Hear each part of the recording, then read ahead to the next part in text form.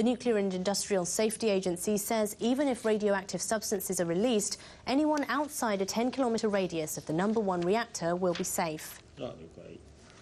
The elements are a product of nuclear fission. The agency says there is a possibility that a metal tube containing the uranium fuel has melted and some of the fuel may have leaked. The agency says that uranium inside the tube will melt at 2,700 to 2,800 degrees Celsius. Operators are continuing to pump water into the reactor, but the level of cooling water is sinking. The agency says the fuel rods were exposed by up to 1.7 metres. It added that water may still be leaking from containers. Professor Naoto Sekimura of the Tokyo University says a small part of a fuel rod may have melted and leaked outside. However, the reactor has been shut down and workers are fighting to cool it down.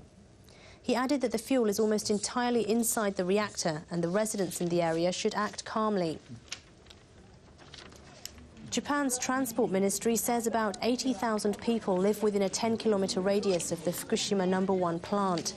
The government issued an evacuation advisory for the area and has prepared over 100 buses to transport residents to safer ground. Government officials say evacuations began at 10 a.m. Japan time.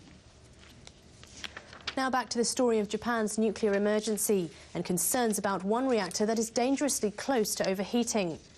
All nuclear power plants have some form of backup water system in case of an emergency, but as we've been reporting, the system failed at that nuclear power plant in Fukushima Prefecture. The mechanism to cool the reactor is called ECCS, or the Emergency Core Cooling System. ECCS is made up of a series of systems designed to safely shut down a nuclear reactor during serious accidents. It provides emergency cooling water to the core of the reactor to keep it from overheating. Under normal conditions, heat is removed from a nuclear reactor by condensing steam after it passes through a turbine. The condensed steam is then fed back into the reactor and through the heat exchanger, which keeps the reactor core at a constant temperature.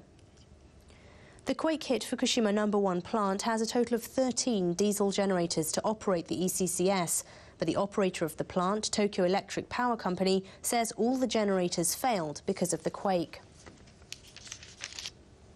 Japan's health ministry says it is sending an emergency medical team to the Fukushima